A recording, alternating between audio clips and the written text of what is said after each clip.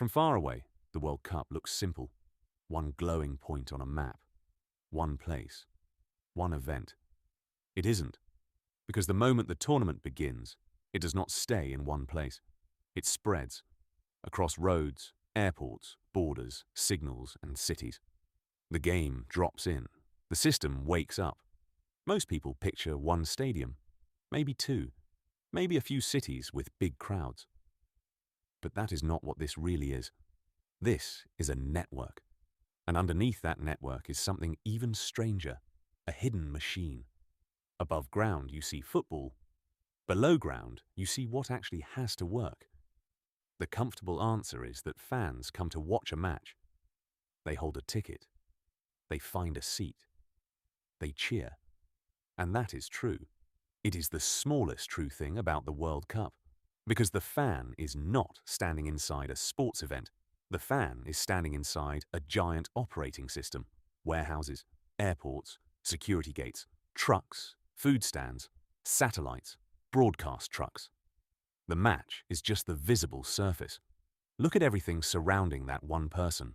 A border gate, a train, a ship, a medical tent, a warehouse, a merch stand, a stadium. That is the real picture. Not one event. 1,000 moving parts pretending to be one. And they are not even moving on the same clock. Different cities, different schedules, different windows for delivery, transport, staffing, and broadcast. To you, a time zone is a number. To a live event, it is friction. Even the stadiums themselves are misleading. People hear existing venues and think easy, cheap, already done. But reusing a stadium does not remove the work. It changes the kind of work. Because an old stadium still has to be turned into a temporary machine. More gates, more cameras, more signal coverage, more vendor space, more crowd control. It is less like opening a building and more like surgery. Then come the people, not the players, the invisible workforce. Volunteers at airports, hotels, fan zones, stadium entrances, media points, transport hubs. A machine this large is still, in the end, made of humans. Then the freight starts moving, from factories to ports, from ports to planes, from planes to checkpoints, from checkpoints to warehouses, from warehouses to stadiums. Shirts, equipment, cases, temporary hardware, broadcast gear. Everything has to move before anyone can celebrate anything. And this is where the illusion breaks. A border is just a line on a map until a truck reaches it. Then it becomes delay, inspection, paperwork. A queue that keeps growing while the clock does not stop. That is why customs matters so much. Not because it is dramatic, because it is boring. And boring systems are the ones that quietly decide whether the big visible system keeps moving or starts choking. The merchandise looks harmless. A ball becomes shirts, scarves, pins, posters, flags, collectibles, 1,000 tiny products. But every extra item means another forecast, another guess. And guesses are expensive. Too much stock, and money sits dead in boxes. Too little stock, and the shelf goes empty in front of the exact people most ready to spend. The system is always trying to predict demand before demand has happened. So behind the venues, another map appears. Small warehouses around cities, local deliveries, backup inventory, quick routes to fan zones and stadiums. There is the map fans see, and the map the tournament actually depends on. That is why a merchandise stand feels chaotic and controlled at the same time. Fans rush forward. Workers refill from behind. Shelves empty.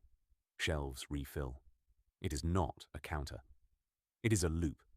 Food works the same way. A cold truck becomes a concession stand. Drinks become inventory. Snacks become throughput. Hot food becomes timing. To the fan, it is lunch. To the system, it is logistics with a shorter deadline, and all of it depends on one fragile link: workers. If the people serving the counter are missing, late, overwhelmed, or disrupted, the food still exists, The customers still exist. The hunger still exists. Service does not. Then there is the ticket, which is no longer really a ticket. Now it is a phone, a battery, a screen, a scan, a server, a connection. The gate no longer checks paper, it checks infrastructure. And that means a digital problem becomes a physical one almost instantly. One glitch, one app failure, one broken handoff. Suddenly, the queue stops moving. And a stopped queue is not just annoying, it is pressure. So the venue needs a nervous system, towers, antennas, fiber, satellites, devices, backup paths. The stadium is no longer just concrete and seats. It is a live network. Broadcast is even stranger. Millions of people feel like they are watching one smooth match. But what they are really watching is signals being pulled in from many venues, cleaned up, synchronized, and sent back out again. One center collecting many worlds at once. That is why the match can feel immediate everywhere. Homes, bars, phones, public screens, different countries, same moment. A huge amount of machinery has one job: make distance disappear. Then comes the hardest problem of all. Not moving goods, moving people, planes, trains, buses, cars, bikes, foot traffic. A stadium can hold a crowd. The city around it has to absorb one. And cities do not fail evenly. They fail at narrow points, station entrances, transit corridors, walkways, turnstiles. That is the real danger of a huge event. Not motion, compression, which is why security does not happen at one gate. It happens in rings, roads outside, pedestrian layers, screening zones, cameras, medical access, controlled movement inward. It looks excessive until you understand what it is defending against. Not one risk, many small ones at once.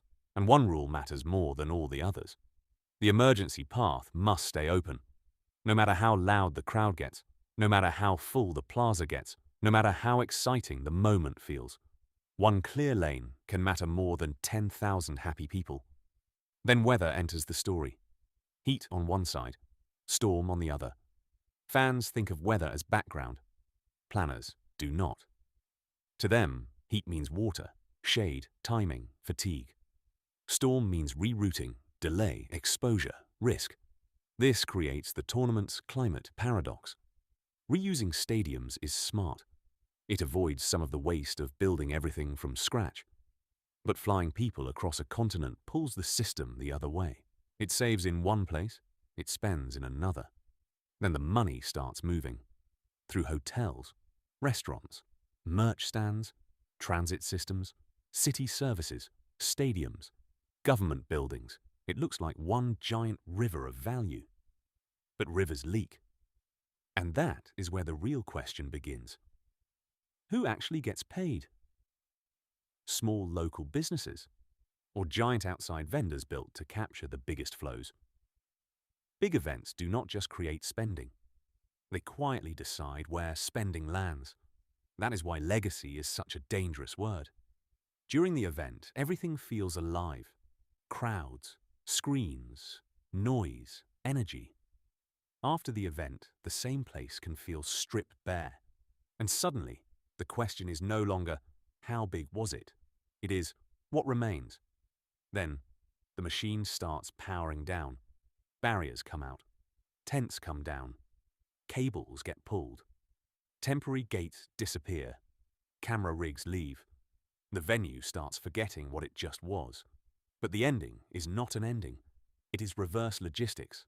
Unsold merch goes back. Reusable equipment goes back. Broadcast gear goes back. Hardware goes back. The machine closes by running in reverse. And now the pattern becomes visible. Border delay. Ticketing failure. Storm risk. Labor disruption. Transport crowding. Signal loss. Truck bottlenecks. These are not separate problems. They are connected ones. That connected system is the real tournament. The coordination machine. A giant temporary structure made of roads, gears, buildings, signals, gates, labor, freight, and timing. Not built for beauty. built for synchronization. Which brings you back to what fans think they saw. A goal, a roar, a bright, simple moment, pure joy. And that part is real. It is just not the whole truth. Because the World Cup was never just 90 minutes of football. It was a continent-wide machine built to make 90 minutes possible. The roads had to work. The freight had to work. The tickets had to work. The signals had to work. The weather plans had to work. The labor had to work. The borders had to work. And when they did, all you saw was a game. That was the point. The machine was successful precisely when it became invisible. But now you can see it. And once you can see it, the tournament looks different forever.